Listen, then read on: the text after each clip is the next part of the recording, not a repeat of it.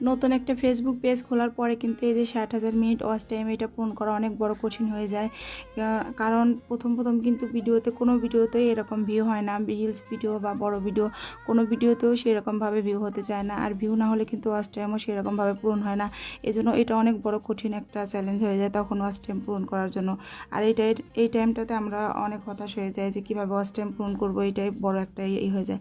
কিন্তু watch time পূরণ করা কিন্তু অনেক সহজ। অনেক সময় দেখা যায় মাত্র 5 সেকেন্ডের একটা ভিডিওতে ওয়াচ টাইম পূরণ হয়ে যায়।